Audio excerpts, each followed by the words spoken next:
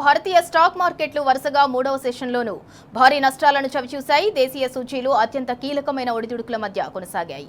అంతర్జాతీయ పరిణామాలతో పాటు స్వదేశీ కార్పొరేట్ ఫలితాలు మార్కెట్ గమనాన్ని నిర్దేశిస్తున్నాయి. అమెరికాలో ప్రతిపాదించిన కొత్త H1B వీసా బిల్లు వార్తలు ఐటీ రంగ షేర్లలో కొంత ఆందోళనను నింపాయి. రూపాయి విలువ నేడు మరింత బలహీనపడి డాలర్తో పోలిస్తే 94.25 కనిష్ట స్థాయికి పడిపోయింది. చమురు ధరలు పెరగటం, విదేశీ నిధుల ఉపసంహరణే దీనికి ప్రధాన కారణం. మరోవైపు పశ్చిమాసియాలో నెలకొన్న ఉద్రిక్తతలు, హార్ముజ్ జలసంధిలో ఇరాన్, అమెరికా మధ్య పెరుగుతున్న ఘర్షణ వాతావరణం ముడి చమురు ధరలపై ప్రభావం చూపుతోంది. చమురు ధరలు పెరిగే అవకాశం ఉండటంతో చమురు దిగుమతులపై ఆధారపడిన పెయింట్, టైర్, విమాన రంగ సంస్థల షేర్లు స్వల్ప ఒత్తిడికి లోనయ్యాయి. బంగారం, వెండి మార్కెట్లలో కూడా అనిశ్చితి నెలకొంది. అంతర్జాతీయ ఉద్రిక్తతల వల్ల సురక్షితమైన పెట్టుబడిగా భావించే పసిడికి డిమాండ్ పెరుగుతుండటంతో MCX ప్లాట్ఫామ్స్ పై ధరలు స్వల్పంగా పెరిగాయి. రాబోయే రోజుల్లో మిగిలిన ప్రధాన కంపెనీల త్రైమాసిక ఫలితాలు వెలువడనున్న నేపథ్యంలో మార్కెట్ మరికొంతకాలం ఇదే తరహా ఒడిదొడుకులకు లోనయ్యే అవకాశం కనిపిస్తోంది.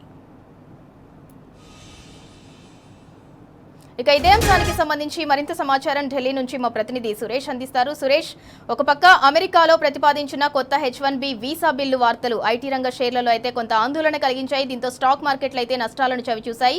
మరోపక్క వార్కి సంబంధించిన అప్డేట్ ఏంటి?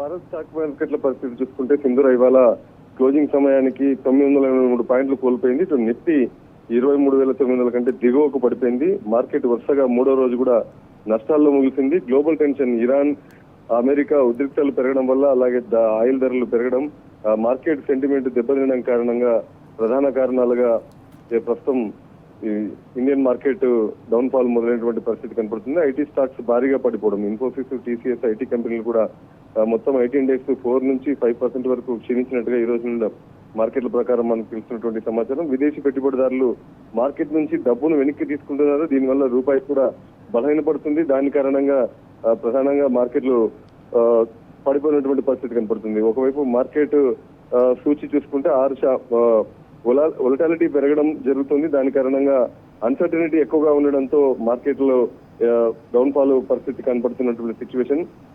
గ్లోబల్ టెన్షన్, అలాగే ఆయిల్ ధరలు పెరగడం కారణంగా, ఐటీ స్టాక్స్ పడిపోవడం కారణంగా, విదేశీ పెట్టుబడుల వెనుక కారణంగా మార్కెట్లు పడిపోతున్నటువంటి నష్టాల్లో చోటు చేస్తున్నటువంటి పరిస్థితి సింధూర.